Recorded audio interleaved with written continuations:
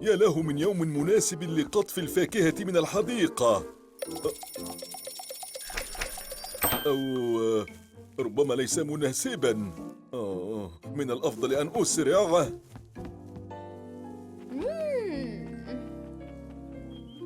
حسناً، إذن هجوم!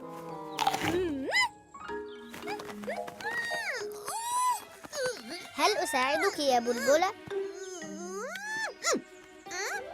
هكذا أفضل. شكراً يا رومبا.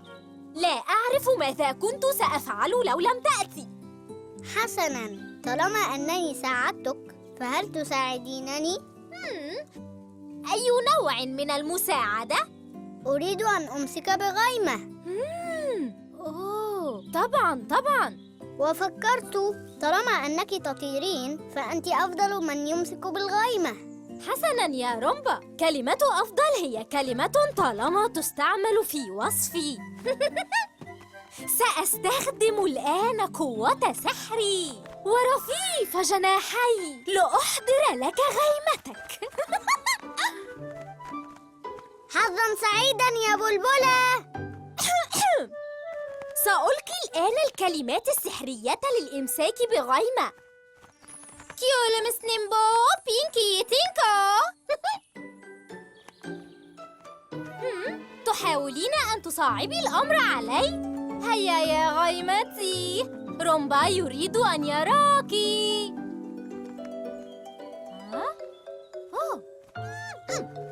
انزلي، هيا يا غيمة. ماذا تحاول أن تفعل؟ ماذا تفعل بلبلة؟ كدت أصل يا رومبا. انتبهي. معذرة.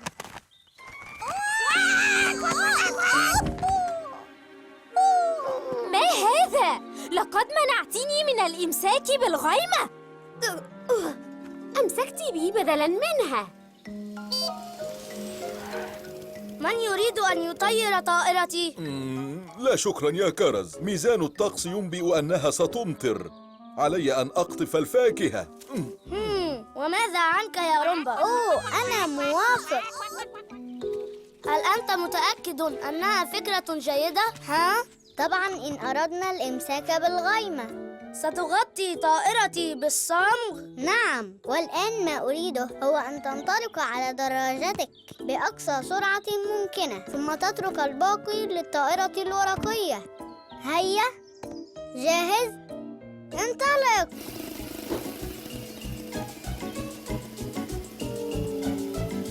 جيد، أسرع!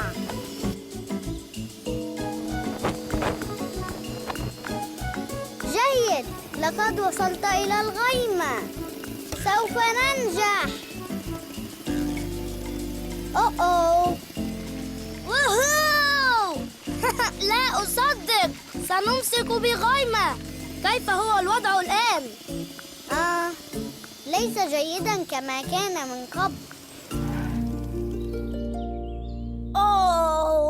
رومبا! فهمت كيف علق منقارك فيها، إنها ضخمة.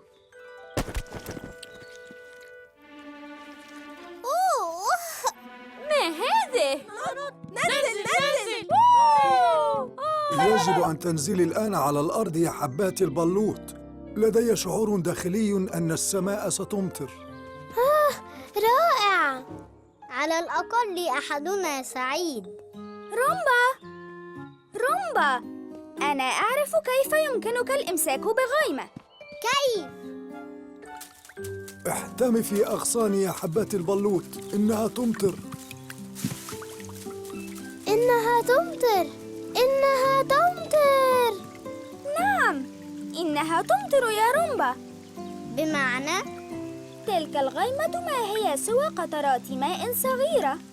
إنها خفيفة ولذلك تسبح في الفضاء، ولكنها أحياناً تصبح ثقيلة فتنزل في شكل مطر. إن أمسكت بالمطر فكأنك تمسك بغيمة. إذن هنا توجد غيمة. إنها غيمتي. نعم، أليس هذا مدهشاً؟ أجل، هذا مدهش. شكرا لأنك لم تستسلمي.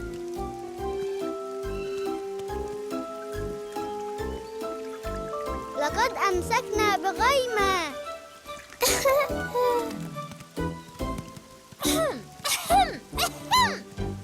ماذا هناك يا بلبلة؟ هل رأى أحدكم كرز؟ أنا أظن أن هذه له. كرز يأتي! طائرتي! ما هذا؟ آسف، أخطأت ثانية. لكنني أمسكت بغيمة. انظر. رومبا، هذا مجرد ماء. شكرا.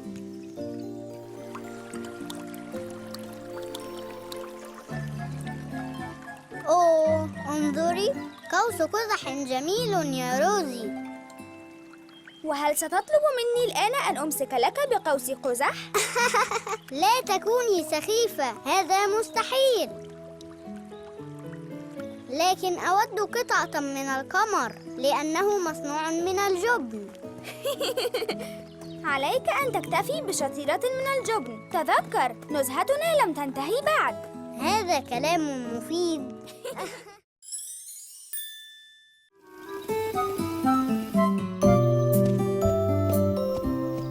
لماذا أحضر كرز هذه الأشياء يا روزي؟ الأمر سيكون مسلياً. هيا بنا. منذ الصباح وكرز يضع هذه الأشياء في كل مكان. ما هي هذه يا لين؟ هذه الأطواق ممتازة للقفز. أوه، أهلا يا بينون. أهلا يا كمون. مرحبا يا لين. كمون يرى أنك مدهش يا بينون. مدهش. لما كل هذه الأشياء؟ سأريك. عندي. انظروا، مستديرة ومضحكة. من وضعها هنا؟ من؟ أنا صنعت مضمارا للسباق. أي سباق تقصد؟ الحواجز. ستقومون بأعمال مختلفة في الحديقة. هذه الأطواق مرروها فوق رؤوسكم. هكذا. وماذا سنفعل أيضاً؟ الكثير. تعالوا، هيا بنا. يبدو الأمر مشوقاً. ها نحن عند ممر الحجارة. لين تنطلق كالعاصفة. ورومبا على العارضة. هل سينجح في الوصول؟ نعم. لا، حظاً أسعد في المرة القادمة. محاولة، 2، 3 محاولات فاشلة لروزي. وكرز في مسابقة الأطواق. وها هو ينطلق في سباق الانحدار عن التلة. هيا! روزي تستعد للقفز بالحبل. مسابقة مهمة، وروزي تنجح بسهولة. لين ورومبا يبدأان سباق آنية الزهور بحماسة. ولكن بينون لم يبدأ بعد. هيا يا بينون، لماذا لم تبدأ بعد؟ كمون صغير ولا يمكنه تجاوز أي حاجز، لهذا سأبقى معه. بينون، كمون، جرب هذه. أوبس. بينون. اسمع، سنذهب لنرى فكري مجددا. هل تأتينا يا بلبلة؟ بينون. لا تسرع، خذ كل وقتك. ابقى هادئاً. لا تخف، لا تخف. ماذا يجري؟ أحاول أن أساعد بينون ليتدرب على عارضة التوازن. يتدرب؟ لماذا؟ هيا حاول يا بينون. لست بارعا في ذلك يا روزي. سوف أقع، أنا متأكد. لا بأس بذلك، فلنجرب. كمون يظنني أنجح في كل شيء، وأنا لا أريد أن أخذله. أنا متأكدة أن كمون سيفخر بك مهما فعلت. ربما، لكني لا أريد أن أخيب أمله. علي أن أتعلم الطريقة الصحيحة وبسرعة.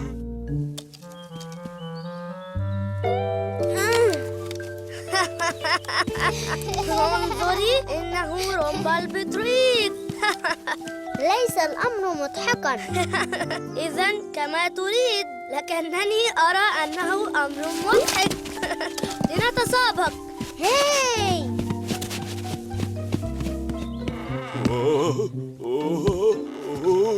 أوبس. لا لا لا لا لا.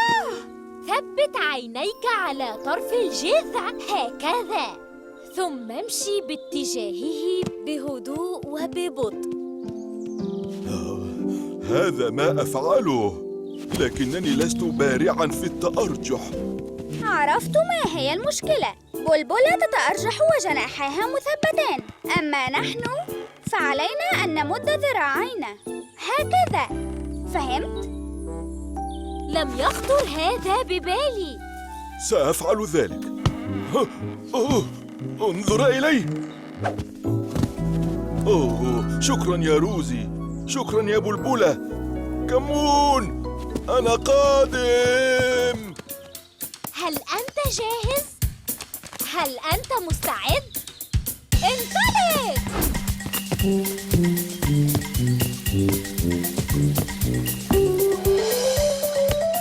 مد الذراعين، مد الذراعين، مد الذراعين.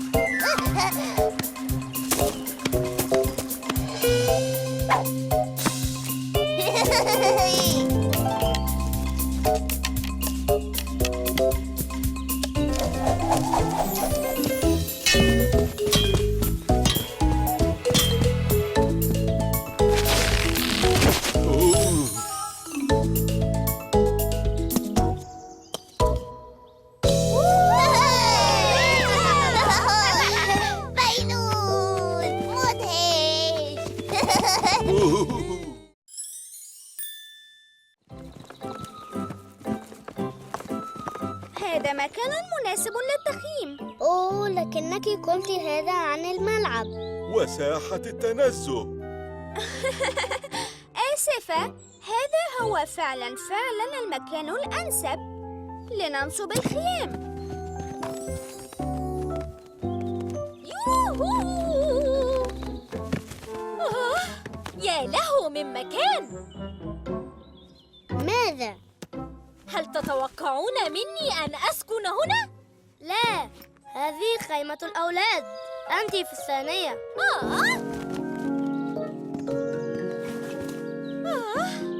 هذه أفضل بكثير. رائعة! شكراً. ولكن لا مكان لأبسط جناحي. هيا لنخرج إلى الطبيعة، هناك المكان أوسع. ما أجمل النجوم، ما أجمل القمر، في قلب الطبيعة كم يحلو السهر. خارج الخيمة مع الأصدقاء نخيم ونعزف ويعلو الغناء.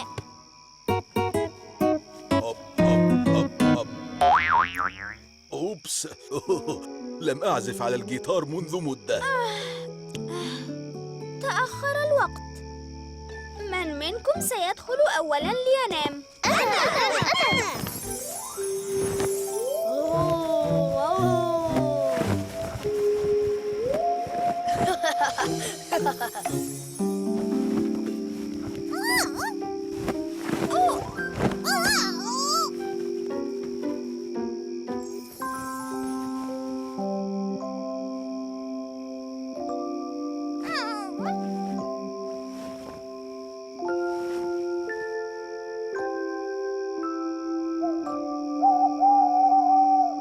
ما هذا؟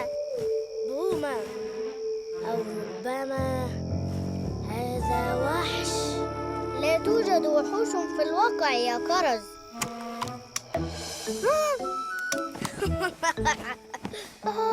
لن أرتاح أبداً. سأغني لأساعدكما على النوم. ما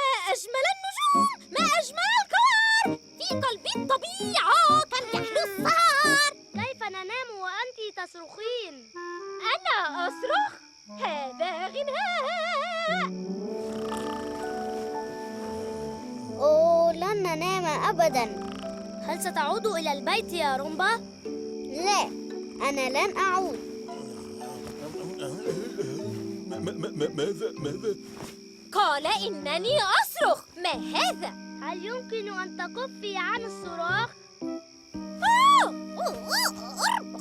هل يمكن أن تكفوا قليلاً عن الجدال؟ هذا ليس جيداً.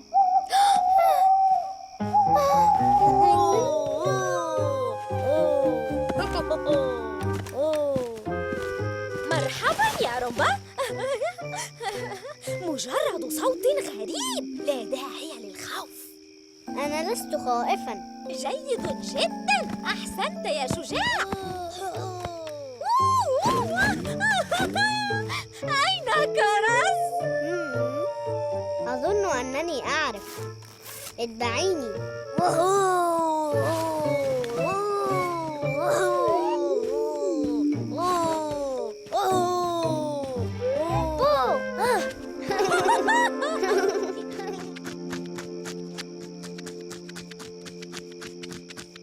توقف يا كرز. ماذا؟ لم أفعل أي شيء. بل فعلت.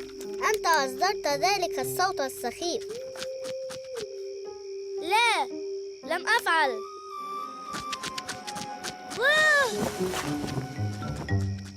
أنا لن أخاف من هذا الصوت أبداً.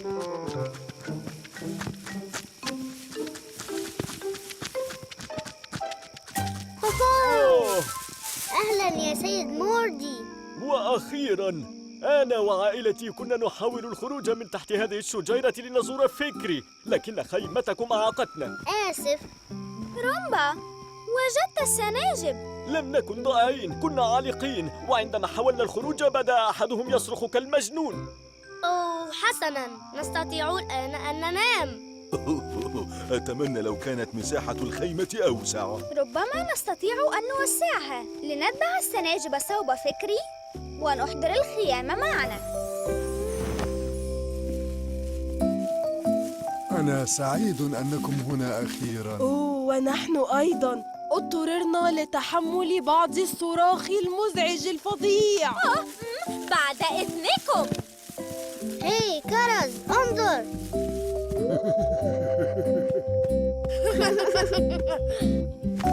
أوه، بيتي أنا. لا مكان أفضل منه. ولا مكان أفضل من هنا. إنه أكثر مكان مريح نمت فيه. واستطعت أن أنام في الخارج مع أصدقائي. ليلتكم الأولى في الخارج، ولكنها ليلتي الأولى في الداخل. الآن فهمت ما عنته أرزا. لا تنسوا أن تنظروا إلى الأعلى. روزي، انظري إلي.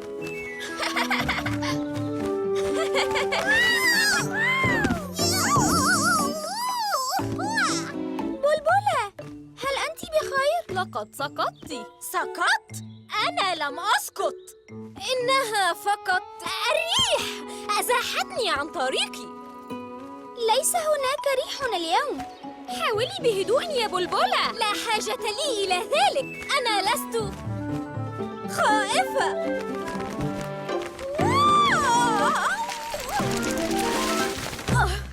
هل أنت بخير؟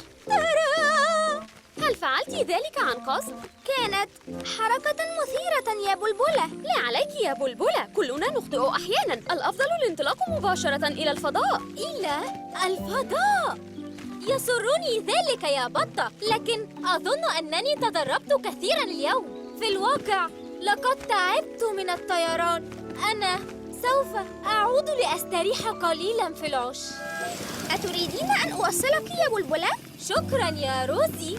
طريق البيت طويلة. إن طرت تصلين أسرع يا بلبلة. لا شكراً، التنقل على الأرض أكثر تسلية. أنا أستطيع أن أرى كل الأشياء من هنا، والعجلات أيضاً رائعة. أهلاً روزي، أتسابقينني؟ بلبلة متضايقة قليلاً، سأوصلها إلى البيت. وعلي أن أسير على مهل. أوه، على مهل؟ بالطبع لا. نتسابق إلى بيتك. رائع. هيا يا روزي.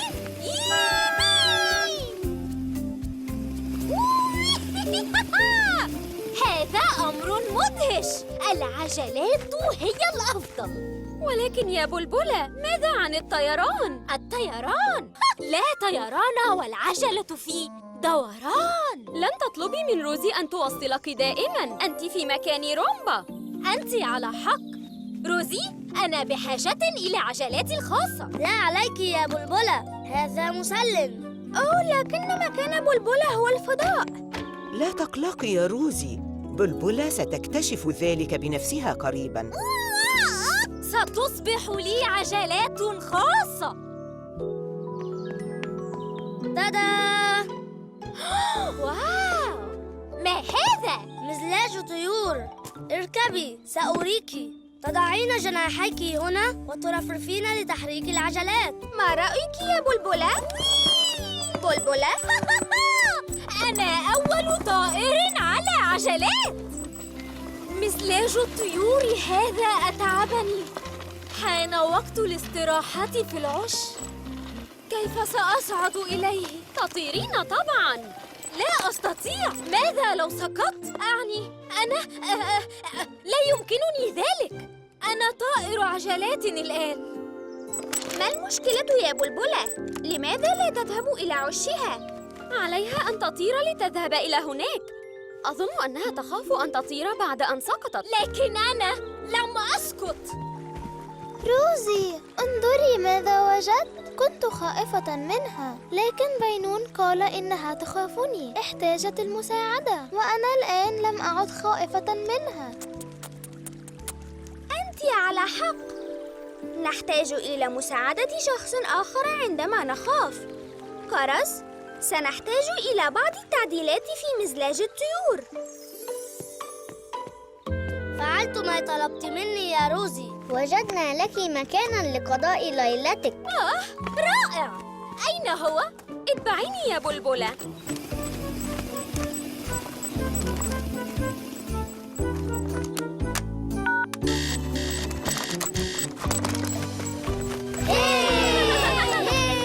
واه! إنني أطير. أنا أطير. ما زلت أجيد ذلك. أهلاً برجوعك إلينا يا بلبلة. ما أروع هذا المكان. لا أصدق أنني تركت الفضاء من أجل تلك العجلات. رائع! يبدو أن كرز يفتقد شريكته في السباق. من يشارك في السباق؟ لا بأس يا رومبا، قد تفوز في المرة القادمة. فزت بفارق بسيط. لو كنت أنا طائراً وأنت طائراً لطرت أسرع منك بالتأكيد. وكيف تعرف؟ أعرف أنني سأكون طائراً بارعاً. ليلة سعيدة يا روزي. ربما ترفرف بأذنيك وبذراعيك أيضاً. عندها سأكون حقاً سريعاً جداً. أنا رومبا الأرنب الطائر. ووش!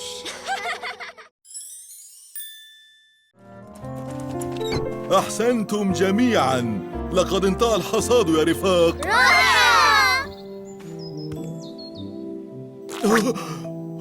يا إلهي، انظروا إلى هذا. بعض الفواكه والخضروات للأسف أتلفها الصقيع. ماذا سنفعل بكل هذا؟ يا للخسارة.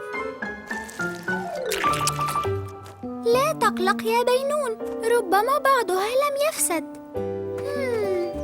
ليست جميعها تلفة. هناك بعض الفواكه والخضر الجيدة بينها. هذا البرقوق طعمه لذيذ.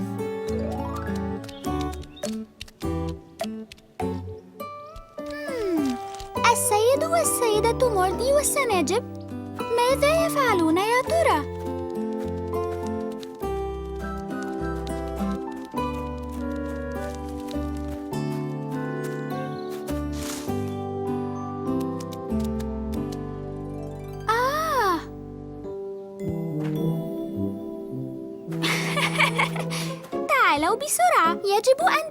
لتروا هذا.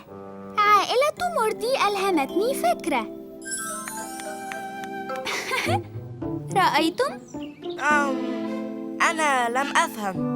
سنصنع بها أريكة؟ لا، ليس تماماً. بما أنهم ابتكروا استخدامات جديدة للفاكهة والخضر، إذن يمكننا التفكير في طرق لاستخدامها. لكنها لينة يا روزي. أجل، لكن ربما هذا ليس شيئاً سيئاً أبداً. هيا يا بينون، ساعدني في حمل الخضروات اللينة إلى بيت اللعب وسأريك. حسناً يا روزي.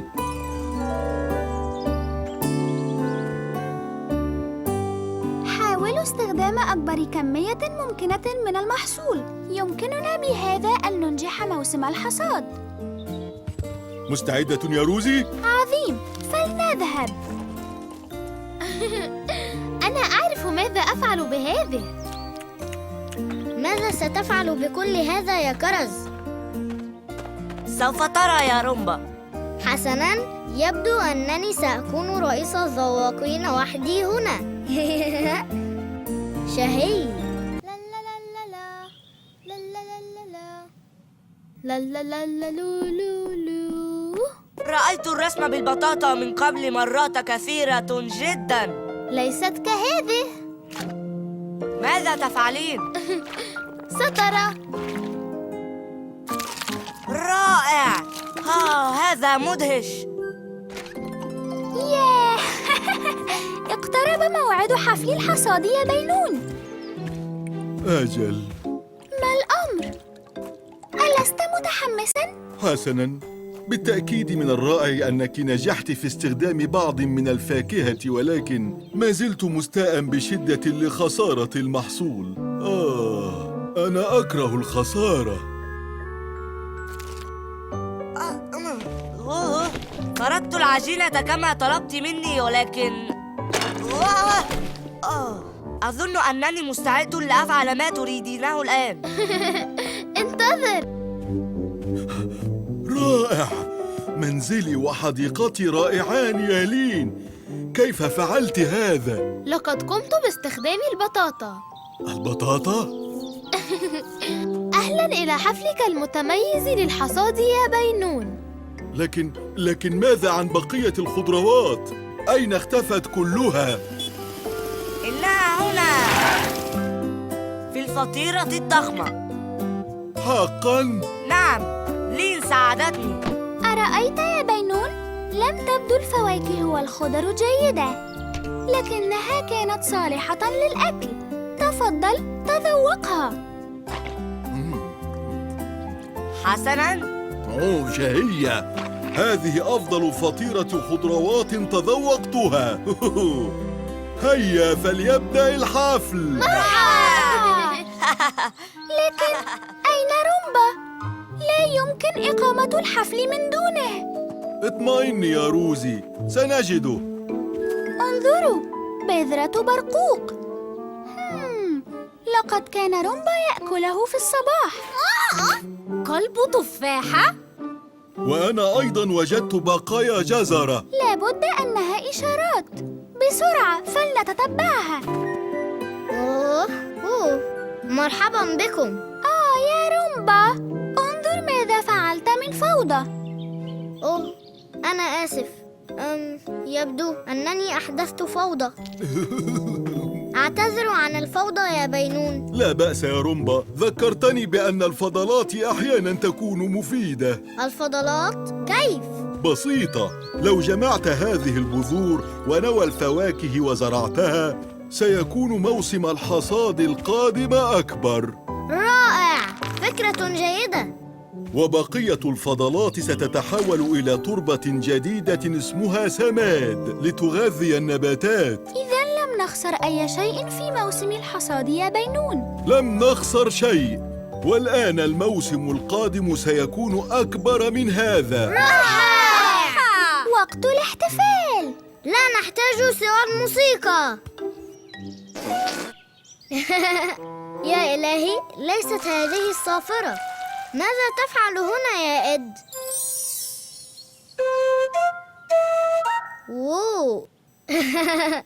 إنها تعمل.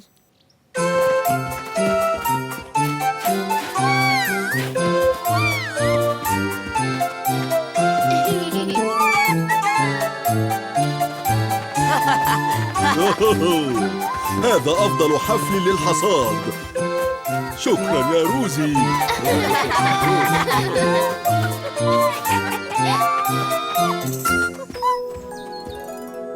لم نخسر أي شيء من المحصول يا فكري، وصنع رومبا سافرة بالجزر، أليس كذلك؟ يبدو الأمر ممتعاً. رومبا، لا أصدق، أنت ما زلت جائعاً، ألم تشبع؟ كدت أنتهي. أغمضي عيناك يا روزي. تادا! عقد من بذور البطيخ؟ رومبا، إنه يعجبني. أشكرك. أنت لن تأكل هذه الثمرة بالتأكيد، أليس كذلك؟ لا تقولي هذا، هذه متميزة، كنت أدخرها. لماذا يا رومبا؟ سوف أصنع منها طبلاً جميلاً.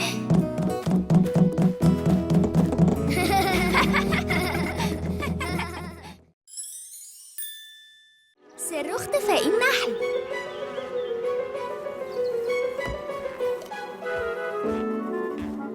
سيكون اليوم حافلاً بجمع العسل من الزهور يا رومبا. سيكون النحل منشغلاً للغاية. أحب العسل. ترى كيف يصنعه النحل؟ هل ترى قلب هذه الزهرة؟ نعم. إنه مليء بالرحيق. يجمع النحل هذا الرحيق ويأخذه إلى الخلية، وهناك يحوله إلى عسل شهي لذيذ مثل هذا. مدهش. النحل في منتهى البراعة. شهي. سأذهب لأرى كرز. إلى اللقاء.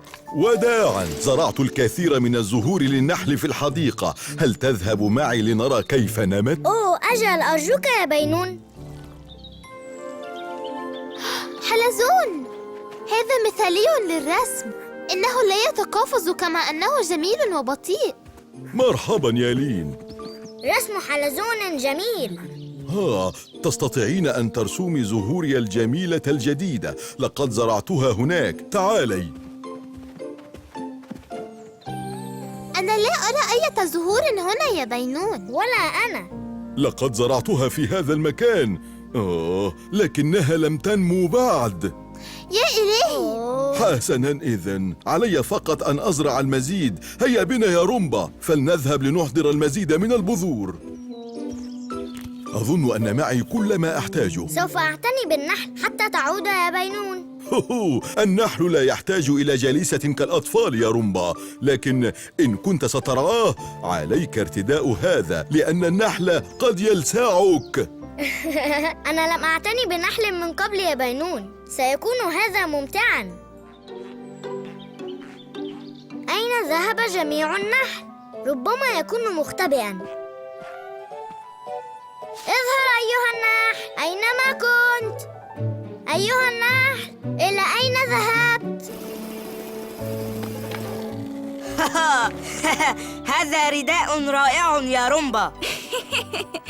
ماذا تفعل؟ أنا أبحث عن نحل بينون. كان من المفترض أن أرعى النحل، ولكن لا أستطيع العثور عليه. أثق أنهم لم يبتعدوا كثيراً عن هنا يا رومبا. سأضع هذه الرسوم في الداخل لأجل بينون. سأساعدك على إيجاد النحل. أشكرك يا كرز. الآن يمكنك أن تبدو رائعاً أيضاً.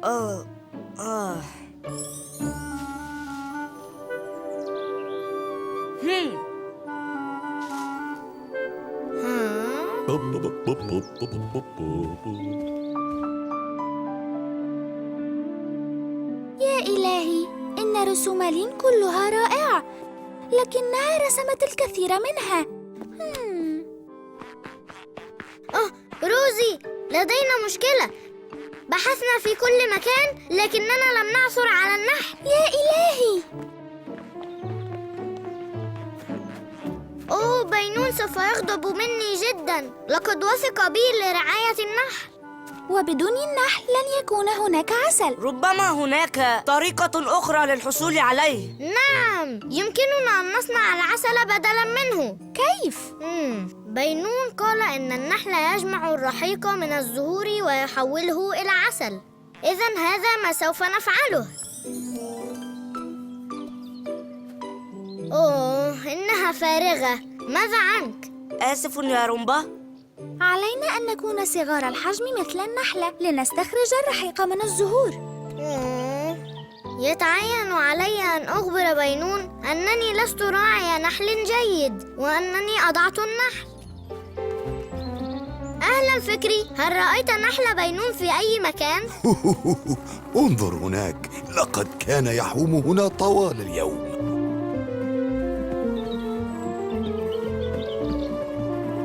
ها هو النحل. زهور، الكثير منها. لقد تنزهنا هنا وأكلنا بذور الزهور. لابد أننا أسقطنا بعضها. سيتمكن النحل من صنع عسل كثير منها. لكن كيف سيجد طريقه إلى الخلية؟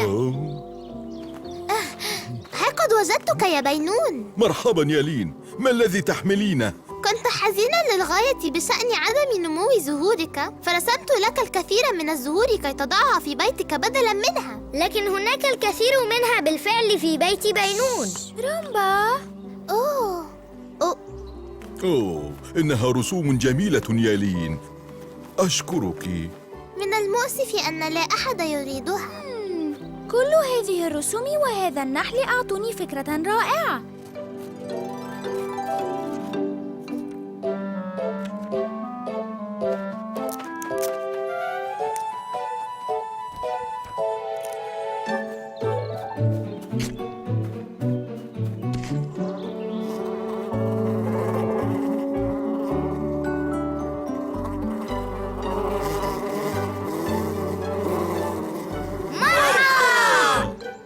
أحسنت يا لين، فبفضل رسوماتك عاد النحل إلى خليته. إذن سيكون لديك عسل في النهاية يا بينون. أشكركم.